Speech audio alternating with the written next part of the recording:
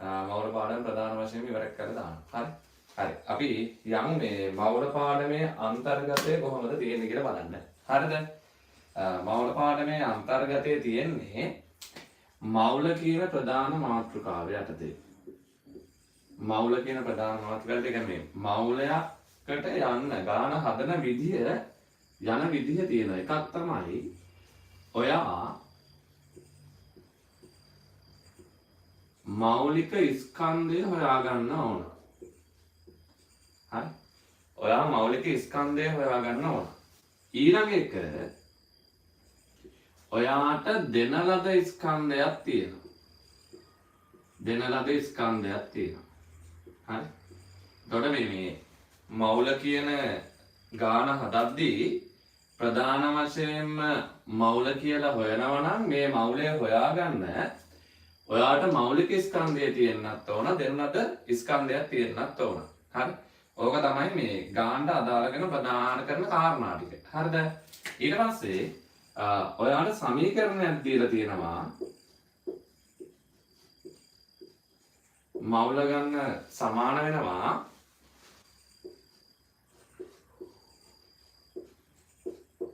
ස්කන්ධය බෙදීම මෞලික ස්කන්ධයට. හරි? එතකොට මේ මෞල ගන්න හොයන්න ගියාන් පස්සේ ඔයා මෞල ගන්න හොයද්දී ස්කන්ධය බෙදන්න ඕන මෞලික ස්කන්ධේ. හරි? ඒක තමයි මූලිකම ගන්න කාරණා ටික පුතේ. එතකොට මේ මෞල ගන්නවල ඒකකය ග්‍රෑම්, මෞලික ස්කන්ධයේ ඒකකය ග්‍රෑම් මෞලයට. එතකොට ග්‍රෑම්ට ග්‍රෑම් කපලා යනවා පුතේ. මේ මෞලයට කියන එක ඉහළට ආවම පස්සේ මෞල ගන්න ඒකකය වෙන්නේ MOL නැත්තම් මෞල් කියන එක. හරිද? හරි. එහෙනම් මූලික වශයෙන් මේ තියරි එක මුලින්ම දාගන්න. ප්‍රධාන වශයෙන්ම මේ ඒකක ගන්න හැටි මෞල ගන්න හොයන ප්‍රධාන කාරණා ටිකයි දැන් ඔයාලට දුන්නේ. හරි? මුලින් මේ ටික දාගන්න කොටක් ගාලා. හරි? විනාඩියක් දෙන්න ටක් ගාලා ඒ ටික දාගන්න. ඊට පස්සේ අපි යනවා මෞලික ස්කන්ධය ගණනය කරන්න. හරි? මොකද හේතුව මේ පියවරෙන් පියවරෙන් පුතේ මෞලික ස්කන්ධය හොයන හැටි මුලින්ම හොයාගෙන ඊට පස්සේ මෞල ගණන ගණනය කරන්න යන දෙන ලද ස්කන්ධය බොහෝ වෙලාවට ගණන් වලට දෙනවා.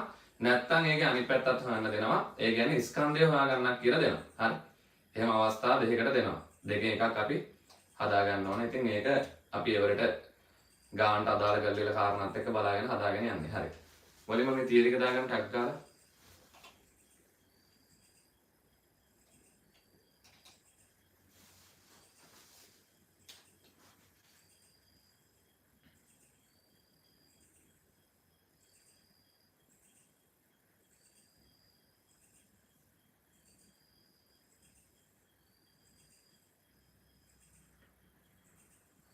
හරි.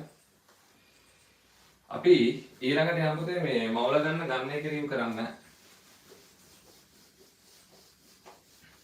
හරි. ඒ කියන්නේ මේ මෞලික ස්කන්ධය ගණනය කරන්න හැටි ඉගෙන ගන්න යන්න. හරි. හරි. මෞලික ස්කන්ධය කියලා කිව්වට පස්සේ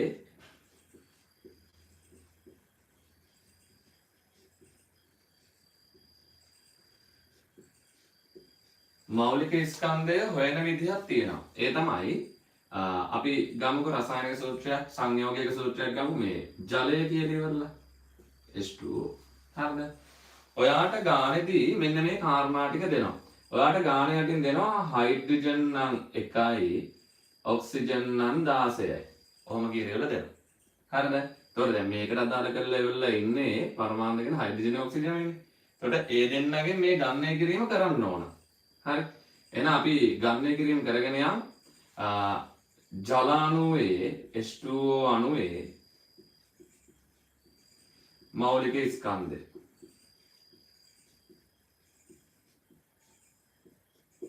හරි. H2O අණුවේ මෞලික ස්කන්ධය හොයන හැටි. හරිද? මේකේ මෞලික ස්කන්ධය හොයද්දී හයිඩ්‍රජන් සමානයි 1යි, ඔක්සිජන් සමානයි 16යි කියලා දීලා තියෙනවා. එහෙනම් මෙයාගේ H2O අණුව කියලා ගත්තට පස්සේ හයිඩ්‍රජන් නම් පුතේ මෙතන එකයි එයාගේ මේ පරමාණුට අදාළ කරලා දීලා තියෙන මෞලික ස්කන්ධය. ඒ වගේ කීයක් ඉන්නවද? දෙකක් ඉන්නවා. එතකොට අපිට පුළුවන් එක වැඩි කිරීම දෙක ධන ඔක්සිජන් මෙයාව ලිව්ව ඊට පස්සේ ධන ලකුණක් වෙන පරමාණුට එනකොට ධන ලකුණක්. ඊට පස්සේ ඔක්සිජන් වල 16. හරි. එතකොට මෙතන එනවා එක වැඩි කිරීම දෙක කියලා කියන්නේ 2යි. 2 ධන 16 සම්පූර්ණ එක 18යි. මේ මෞලික ස්කන්ධය හොයන ඒකකයේ වෙන්නේ පුතේ ග්‍රෑම් මවුලයට. එහෙනම් අපි H2O අණුවේ හොයාගත්තොත් එන්නේ 18යි ග්‍රෑම් මවුලයට. හරි. හරි. ඊට පස්සේ ඔයා හොයන්න පුතේ CO2 අණුවේ හොයන්න. H2SO4 අණුවේ අගය හොයලා පෙන්නන්න. CH4 අගය හොයලා පෙන්නන්න. ටක් ගාලා හොයන්න බලන්න ඔය තුන් දෙනාගේ. හරි. ඔය තුන් දෙනාගේ ටක් ගාලා හොයන්න.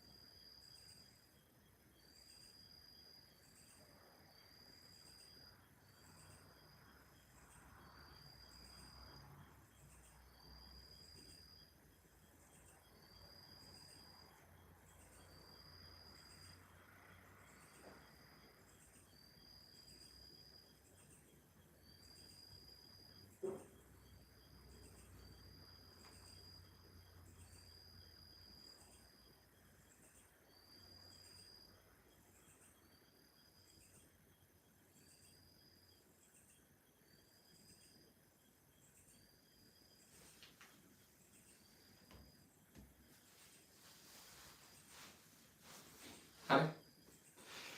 හරි. පොඩි වෙලාවක් දුන්නා අපි මේ ටිකත් ඔක්කොම ගණනය කරගෙන යමු පුතේ. හරි. මොනවද අගයවල් එන්නේ කියලා අපි ගණනය කිරීම කරගෙන යමු. මේකේ මට උටි දෙයක් දෙන්න කරුණානේ. මම මේගොල්ලන්ට පොදුවේ දෙන්න ඕගොල්ලන්ට කාබන් 12යි ඔක්සිජන් එක මම කරුණු දුන්නා පුතේ 16යි සල්ෆර් 32යි හයිඩ්‍රජන් එක 1යි. හරි. හරි. දැන් ගන්න එකකින් ටක් ගාලා කරගෙන යන්න බලන්න.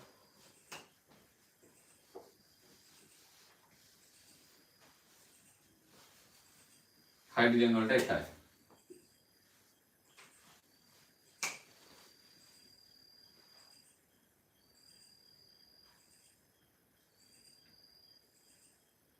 හරි මේ මහා අමාරු පාඩම් නෙමෙයි පුතේ. ටක් ටක් ගාලා අල්ලගත හැකි. හරි. මේ සරල පාඩම් ටිකක් තියෙනවා. හරි. අපි යමුද එහෙනම් ගන්න එකකින් කරගෙන යන්න.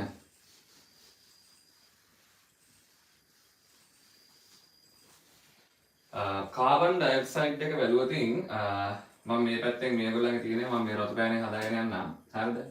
කාබන් ඩයොක්සයිඩ් CO2 එයාගේ බැලුවොතින් පුතේ කාබන් වල අගය 12යි. 12 ධන ඔක්සිජන් වල අගය 16යි. ඒ වගේ කී දෙනෙක්ද? ඒ වගේ දෙන්නෙක් ඉන්නවා. එහෙනම් මෙන්න මේ විදිහට එකතු වෙනවා. එතකොට එනවා 12 ධන 16 වරක් 2 32යි. මුළු එකතුව කීයද? 44යි ග්‍රෑම් මවුලයට. දැන් ඔයාලට එනවා CO2 වල මෞලික ස්කන්ධය 44යි ග්‍රෑම් මවුලයට. හරි. ඊට පස්සේ අපි හැදුවොත් එහෙම H2SO4 වල මම මේ පැත්තෙන් චුට්ටක් ලියා ගන්නම් කාබන් 12යි ඔක්සිජන් 16යි සල්ෆර් 32යි හයිඩ්‍රජන් 1යි. හරි. රයිට්. අපි ඊළඟ එකට යන්න. H2SO4 එයාගේ මෞලික ස්කන්ධය හොයන හැටි හයිඩ්‍රජන් නම් එකේව දෙකක් ඉන්නවා මෙතන. එහෙනම් එක වැඩි කිරීම දෙක ධන සල්ෆර් වලින් 32 ව එක්කෙනයි ඉන්නේ. 32 ධන 16 4ක් ඉන්නවා ඔක්සිජන්ගේ. 16 වැඩි කිරීම 4. හරි. 2 ධන 32 ධන ඊට පස්සේ පුතේ 16 4 16 2ක් 32යි 32 2ක් 64යි. එහෙනම් මෙතනට එනවා 64යි. හරි. දැන් බලමු 64යි 32යි 96යි 96 2යි 98යි ග්‍රෑම් මවුලයට ඔන්න එනවා පුතේ අපිට සල්පවල මෞලික ස්කන්ධය. හරි. සල්පවල මෞලික ස්කන්ධය. සල්ෆර් නේ මේ සල්ෆියුරික් අම්ලයේ මෞලික ස්කන්ධය එනවා. සල්ෆියුරික් අම්ලය 98ක් එනවා. හරි. ඊට පස්සේ CH4 එයා මම කරුපායනේ හදන්න. CH4 වල බලන්න කාබන් 12ේම එක්කෙනයි ඉන්නේ. 12 ධන හයිඩ්‍රජන්ල 4 දෙනෙක් ඉන්නවා. එකේව 4යි. එහෙනම් 12 ධන 4 16යි ග්‍රෑම් මවුලයට. හරි. දැන් ඔන්න අපි මේ මෞලික ස්කන්ධය ගණනය කිරීම කියන එක ඉගෙන ගත්තා. හරි.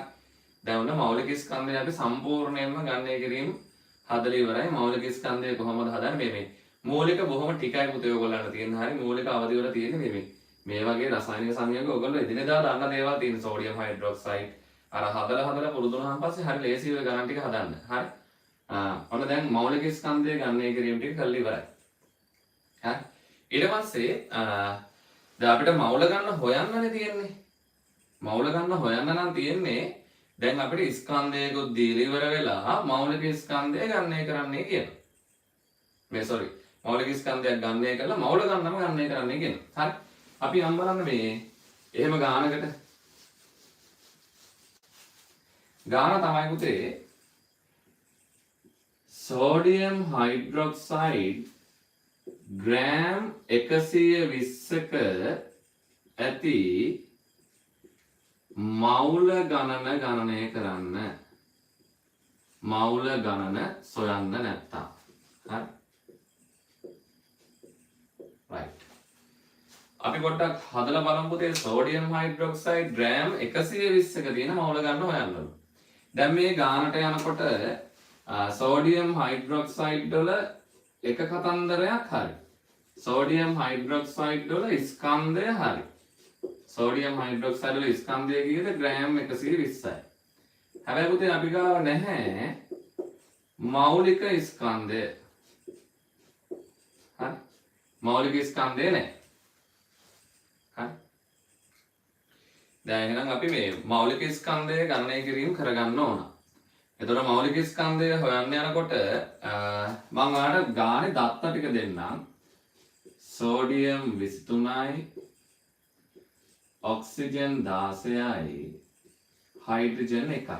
හරි. ටක් ගාලා මෙයාගේ මවුල ගන්න හොයන්න බලන්න.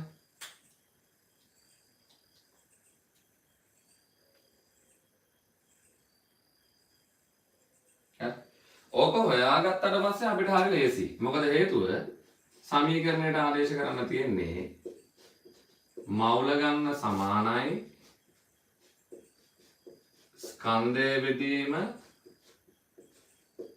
මෞලික ස්කන්ධය.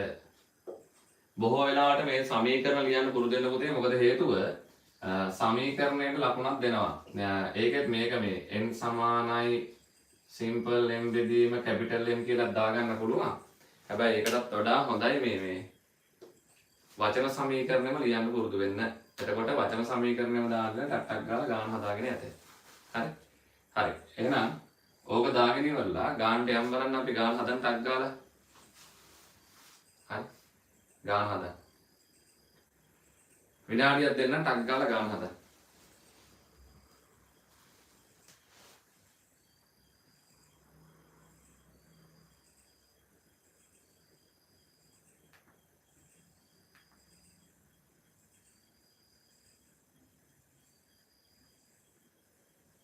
බන්ටම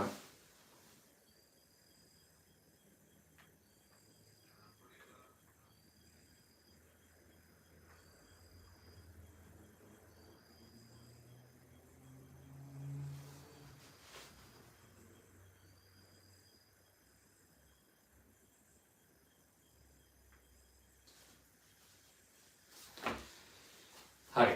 අපි ගානට යමු. හරි. සෝඩියම් හයිඩ්‍රොක්සයිඩ් වල අනිවාර්යයෙන්ම පුතේ මෞලික ස්කන්ධය හොයාගන්න ඕන. අපි එයාව සමීකරණ ලියලා දාගෙන හදලා බලමු.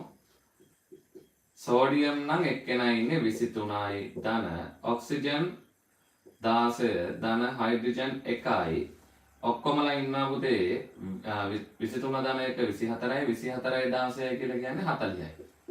40යි ග්‍රෑම් මවුලයට සම්පූර්ණව. හරි. 40යි ග්‍රෑම් මවුලයට. හරි. එතකොට ඔය තියෙන්නේ මේ සෝඩියම් හයිඩ්‍රොක්සයිඩ් වල මෞලික ස්කන්ධය. ඒක හොයාගත්තට පස්සේ අපිට පුළුවන් සමීකරණයට ආදේශ කරන්න මවුල ගණන සමානයි ස්කන්ධය බෙදීම මෞලික ස්කන්ධය. හරි. එතකොට එනවා ස්කන්ධය අගය වෙනවා පුතේ ඔයාට මෙතන අගය දීලා තියෙන 120යි ග්‍රෑම් මෞලික ස්කන්ධය එනවා 40යි ග්‍රෑම් මවුලයට. මේ දෙක බෙදුවට පස්සේ 4 වරක් 1යි 4 වරක් 3යි. එතකොට ඔයාට එනවා 3යි මවුල 3ක් එන්නේ. හරි. ඔය තියෙන්නේ මේ රසායනික ගම්‍ය කිරීම වල මවුල හදන විදිය. හරි. ඔන්න දැන් අපි එක ගානක් හදලා ඉවර කරා. සම්පූර්ණයෙන්ම හරිද? මම දැන් ඔයගලන්ට ආපහු දාලා තියන්නම් ගම්‍ය කිරීම කරන දේවල් ටිකක් මේ අපි මූලික තීරයක ඉවර කරගෙන යන්න. හරි. මවුල ගන්නයෙන් පස්සේ ඔයාලට තියෙනවා අනුගන්න හොයන්න. අනුගන්නයෙන් පස්සේ ඔයාලට තියෙනවා පරමාණු සංඛ්‍යා හොයන්න. ඔය වගේ මූලික කාරණා තව තියෙනවා. හරිද? දැන් මවුල ගන්න හොයන හැටි. තව අපි එක ගානක් හදලා අපි යන් ඊළඟට අනුගන්න හොයන්න. හරි. ගාන දෙන්න. හරිද? සරල ගණන් දෙන්න පුතේ මොකද හේතුව මේ තව සංකීර්ණ වෙනවා. හරි. කාබන් ඩයොක්සයිඩ් ග්‍රෑම් 88ක ඇති මවුල ගණන සොයන්න. මවුල ගන්න හොයන්න. CO2 ග්‍රෑම් 88ක ඇති මවුල ගන්න හොයන්න. කාබන් වල මෞලික ස්කන්ධය 12යි ඔක්සිජන් වල 16යි. හරි. CO2 අණුවේ මුලින් මෞලික ස්කන්ධය හොයාගෙන ගාන හදන්න ගන්න. CO2 අණුවේ මුලින් මෞලික ස්කන්ධය හොයාගෙන ඉවරලා ගාන හදන්න ගන්න. ඔන්න මුලින්ම මූලික වශයෙන් මවුල ගණන් හදන හැටි. හරි. ඊළඟට අණු ගන්නට යනවා.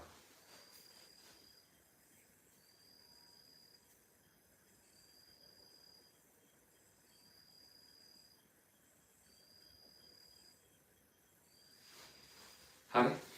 අපි ඒකත් හිමින් සැරේ හදමු. ටට්ටක් ගාලා. එතකොට මොකද හේතුව ඊළඟට අපිට තීරයකට යන්න පුළුවන්. හරි. ඊළඟ තීර කැලේට යන්න පුළුවන්. හරි. අපි CO2 වල මෞලික ස්කන්ධය හොයාගන්න ඕන පුතේ. CO2 වල මෞලික ස්කන්ධය හොයන එක තමයි කාබන් වල නම් 12යි. ඔක්සිජන් වල 16යි. හරි. හරි. කාබන් නම් මේ 12 වෙන් එකක් ඉන්නවා. ඔක්සිජන් 16 වගේ දෙකක් ඉන්නවා. හරි. හරි. එහෙනම් අපි බලමු මෙතන 12 මෙතන 32යි. එහෙනම් පුතේ අපිට තියෙන මේ සංයෝගය එකතු කරගන්න අවසානයේදී 12 ධන 32. හරි. එතකොට කීය දෙන්නේ 44යි. හරි. අපි CO2 අණුවේ මෞලික ස්කන්ධය හොයාගත්තා. CO2 අණුවේ මෞලික ස්කන්ධය හොයාගත්තා.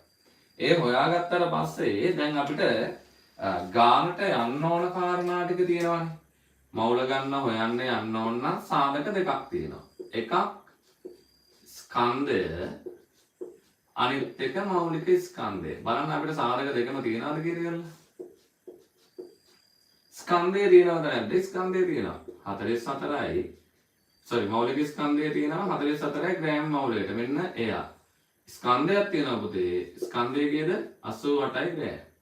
එයාත් තියෙනවද නැද්ද? එයාත් තියෙනවා. හරි. එහෙනම් සාධක දෙකම අපි ගාව තියෙනවද? සාධක දෙකම තියෙනවා නම් අපිට පුළුවන් හරිම ලේසියෙන් සමීකරණයට ආදේශ කරන්න. මවුල ගන්න සමානයි ස්කන්ධය බෙදනවා මෞලික ස්කන්ධය.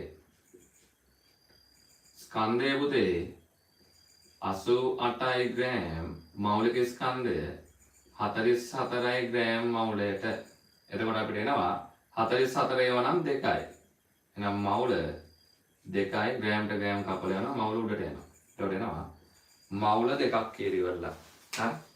හරි. එහෙනම් ඔන්න මූලිකම කාරණා ටික කතා කරලා ඉවර කරා අපි. හරි. මූලිකම කාරණා ටික. මවුල ගන්න හොයන හැටි, ඒ ප්‍රධාන කරන කාරණා ටික අපේ දැන් ඉවරයි. හරි. දැන් එතනින් එහාට තියෙන පුතේ අණු ගන්න හොයන්නයි පරමාණු ගන්න හොයන්නයි. හරි. එතනින් එහාට තියෙන්නේ අණු ගන්න හොයන්නයි පරමාණු ගන්න හොයන්නයි. right. අපි යමුද ඒ ගණන් වලට. එහෙනම් දැන් යන් අපි අණු ගණනය කරන්නේ කොහොමද කියලා ඉවරලා. මේක හොඳට මතක තියාගන්න. මවුල ගණනය කරද්දී අවශ්‍ය සාධක ටික එක සමීකරණයක්. අපි දැන් යනවා අණු ගණනය කරන්න. හරි. අණු ගණනය කරද්දී මූලිකම වෙන කාරණා ටික අපි බලාගෙන යමු. අණු ගන්න.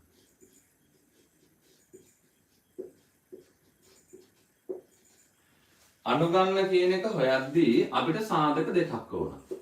එකක් මවුල ගණන අනිවාර්ය සාධකයක්. ඊට පස්සේ පුතේ පොඩි නියතයක් තියෙනවා. ඇවගාඩ්‍රෝ නියතය කියලා. හරි? ඇවගාඩ්‍රෝ නියතය. එතකොට මේ දෙන්නම ඕන. එතකොට සාමාන්‍යයෙන් අණු ගන්න හොයන සූත්‍රය තමයි මවුල ගණනෙන් ඒක හදාගන්නේ මවුල ගණන සමානයි අණු ගණන බෙදීම ඇවගාඩ්‍රෝ නියතය. හරි. හරි. ඇවගාඩ්‍රෝ නියතය. එතකොට මේ අවගාඩ්‍රෝ නියතය සහ අණු ගන්න තියෙනවා. හරි. එතකොට අවගාඩ්‍රෝ නියමය කියන කතන්දරේ නියතය කියන කතන්දරේ දෙන එක නෙමෙයි. අවගාඩ්‍රෝ නියතය කියලා කියන්නේ මේ හැමතිස්සෙම නියමිත අගයක් තියෙනවා පුතේ. හරිද? එතකොට එයාගේ අගය තමයි 6.02 වැඩි කිරීම 10.23 කියන එක. හරි. 6.02 වැඩි කිරීම 10.23. එතකොට එයා තමයි තියෙන්නේ. ටක් ගාලා පුතේ ඔක දාගන්න මේ ඔයාගේ නෝට් එකට.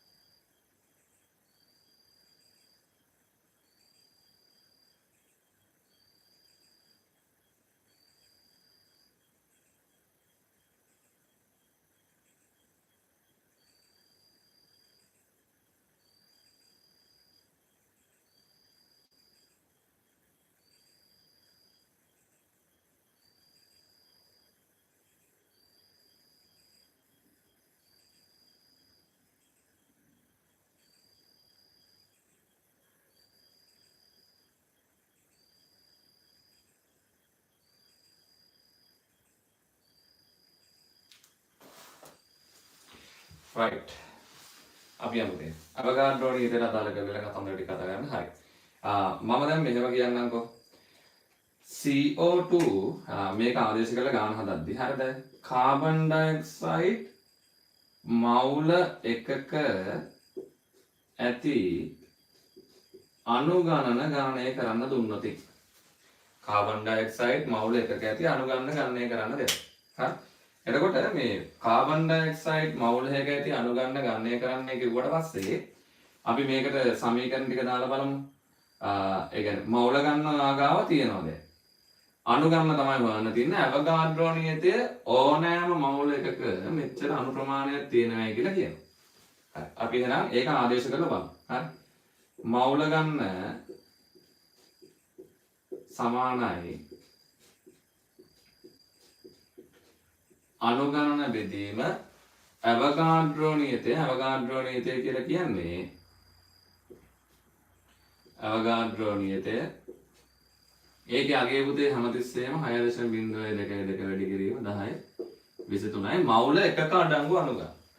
දැන් මවුල සංඛ්‍යාව මෙතන දීලා තියෙනවා. මවුල ගන්න කීයද දීලා තියෙන එකයි මවුල. අණු ගන්න හොයන්න තියෙන මම ඒක කැපිටල් N කියලා දාගන්නවා. අවගාඩ්‍රෝ නියතය 6.02 වැඩි කිරීම 10.23යි. යටට එක. එතකොට හරස් ගුණිතය දාගන්නවා 1 වැඩි කිරීම 6.02 වැඩි කිරීම 10 23යි අනුගන්න. ඔන්න එනවා පුතේ අනුගන්න වර්ගය. හරි. එතකොට ඔය තියෙන්නේ මේ සරලවම ආදේශ කරලා ඉවරලා මේ ගාන හදන හැටි අවගාඩ්‍රෝ නියතය යොදාගෙන ඉවරලා එතකොට ඇත්තටම අණු කීයක් ආවද 6.02 වැඩි කිරීම 10 23ම ආවා. හරි. ඕක තමයි සාමාන්‍යයෙන් අනුගන්න හොයන විදිහ. හරි. ඊට පස්සේ අපි තව ගානකට යන් ඒ ගාන අපි මෙයාගෙම හොයලා බලමු. CO2 මවුල දෙකක හරි CO2 මවුල දෙකක අනුගන්න හොයලා බලමු. හරි. එතකොට ඔයාලට තේරෙනවා මේ මොකද්ද මේ කියන්නේ කියලා. හරිද? CO2 මවුල දෙකක CO2 මවුල දෙකක් තියෙනවා. හරි.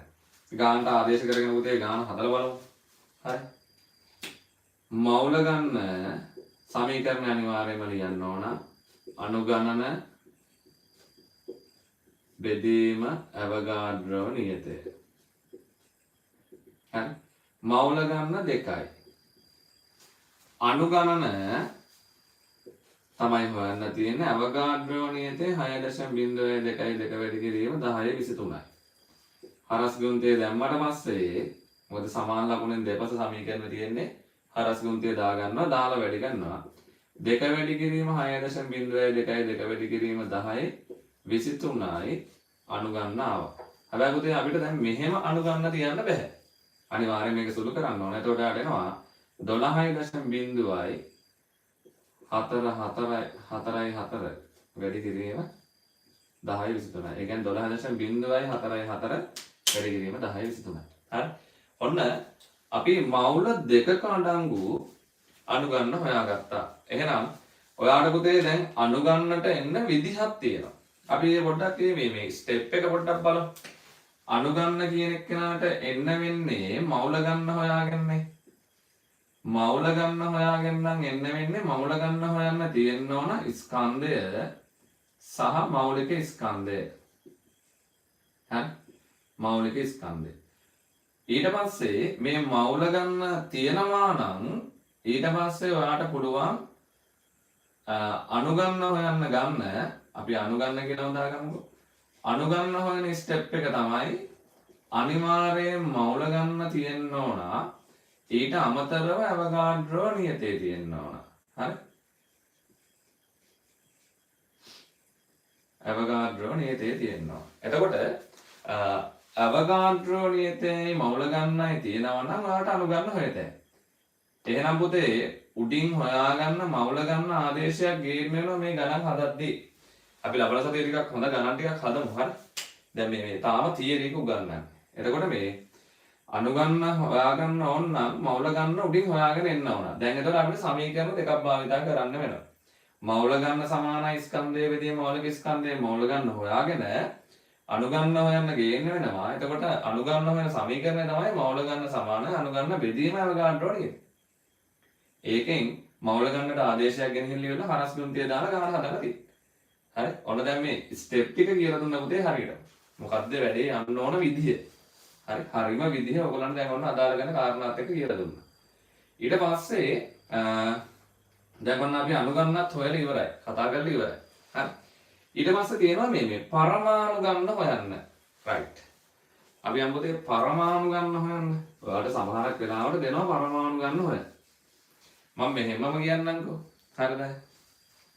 අපි මුලින් ගාන ගත්තේ CO2 මවුල එකක අනුගන්නනේ. හරි.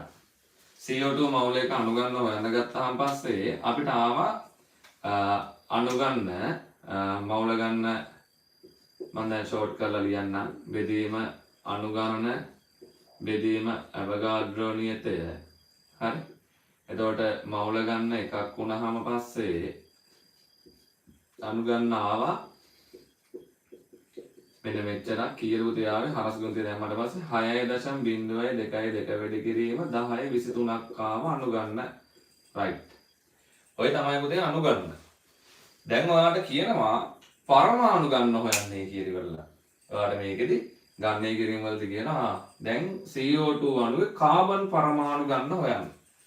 කාබන් පරමාණු ගන්න හොයන්නේ කිව්වහම පස්සේ පුතේ කාබන් නම් මෙතන පරමාණු තියෙන්නේ එකයි. එහෙනම් මේ හොයාගත්ත අණු ගණන කීයෙන් වැඩි වෙන්න ඕනද? කාබන් පරමාණු එකයි තියෙන්නේ. එහෙනම් කීයෙන් වැඩි වෙන්නේ? එකෙන් වැඩි වෙනවා. 1 වැඩි කිරීම 6.02 වැඩි කිරීම 10/23යි. මෙන්න පුතේ කාබන් පරමාණු ගණන. හරි? ඔය තියෙන කාබන් පරමාණු ගණන. දැන් ඔයාගෙන් අහනවා ඒ ගානෙම ඔක්සිජන් පරමාණු ගන්න හොයන්න කියලා ඉවරලා. ඔක්සිජන් පරමාණු ගන්න හොයන්න ඕන නම් ඔක්සිජන් කීයක් තියෙනවද මෙතන? ඔක්සිජන් කීයක් තියෙනවද මෙතන? ඈ? ඔක්සිජන් ඔයාලට තියෙනවා මෙතන දෙකක්. එහෙනම් ආපු අණු ගන්න වැඩි කරන්න ඕන දෙකෙන්. එතකොට පුතේ ඔයාලට එනවා ඔක්සිජන් දෙකක් තියෙනවා ඒ වගේ දෙගුණයක්. අණු ගන්න වගේ දෙගුණයක්. කාබන් එකක් තිබ්බා අණු ගන්න වගේ ගුණ. ඒ කියන්නේ මෙතන තියෙන පරමාණු සංඛ්‍යාවෙන් සොයාගත්ත අණු ගන්න වැඩි කරා නම් ඉවරයි මේක. එහෙනම් ඔක්සිජන් පරමාණු ගන්න මේක දෙකෙන් වැඩුණාන් පස්සේ ඔයාලට එනවා 12.04 වැඩි කිරීම 10/23යි. ඔන්න පුතේ අපිට ආවා ඔක්සිජන් පරමාණු ගන්න. හරි? හරි. ඔන්න එහෙනම් ඔයාගේ මේ මූලිකම තියරි ටික පරමාණු මවුල ගන්න අණු ගන්න සහ පරමාණු ගන්න හොයන එකේ මූලික තියරි කොටස් ටික ඉවරයි. හරි? අපිට අර මේ මහා වෙලාවක් ගන්න ඕනේ නැහැ. 10 වසරට තියෙන තියරි කොටස් ටික ඉවර කරා. හරිද? 10 වසර තියරි කොටස් ටික ඉවරයි දැන්. ඊට පස්සේ අපිට තියෙන්නේ 11 වසර තියරි කොටස් වලට යන්න තියෙනවා. ඒ ලබන සතියේට අපි යනවා සාන්ද්‍රණය ගණනය කරන්න. දැන් ඔයගොල්ලෝ හැමෝම කිව්වනේ අපිට පොඩ්ඩක් මවුල ගන්න හොයන විදිහ කියලා දෙන්නේ කියලා ඉවරලා. හරි? එතකොට ඔන්න දැන් මවුල ගන්න අණු ගන්න සහ පරමාණු ගන්න හොයන විදිහේ මූලික පියවරවල් ටික ඉවර කරා. හරි? ලොකු වෙලාවක් ගියේ නෑ විනාඩි 40ක් විතර යනකොට වැඩේ ඉවරයි. හරි? මූලික කාරණා ටික ඉවරයි පුතේ. ඊට පස්සේ ඔයගලන් තියෙන්නේ ඊළඟ සතියේ අපි යනවා සාන්ද්‍රණය ගණන් ගණනය කරන්න සහ මේ මවුල ගණන් ගණනය කරන්න යන්න ඕන මේ ස්ටොයිකියෝමිතික අනුපාතාංග. හරි? ඒක පොඩ්ඩක් තියෙනවා. ඒක පොඩ්ඩක් හොඳ විදිහක්. ඒ කියන්නේ මේ ගණන් වල තියෙන හොඳ තියරි කොටසක්. මේ ඒක අපි ඊළඟ සතියේදී වැටි කරගන්න. ස්ටොයිකියෝමිතික අනුපාතත් චුට්ටක් තියරි වල මම මුලින්ම සාන්ද්‍රණයට චුට්ටක් ගිහිල්ලා එන්නම්. සාන්ද්‍රණය ගණන් ටිකක් ගිහිල්ලා ආවන් පස්සේ අපිට වැටි ගොඩ දා ගන්න පුළුවන්. එහෙනම් අදට ඕගොල්ලන්ගේ මේ මූලික මවුල ගණන් නැත්නම් රසායනික ගණනය කිරීම වල මවුල ගණන් ගණනය කරන කතන්දර ටික ඉවරයි. හරි? එහෙනම් අපි ලබන සතියේදී හමු වෙමු සාන්ද්‍රණය ගණන් ගණනය කිරීම ගැන. හරි? හරි. එහෙනම් ඔයගොල්ලෝ හැමෝටම සුබ රාත්‍රියක්. අපි ලබන සතියේදී හමු වෙමු ඊටු ගණන් ටිකද.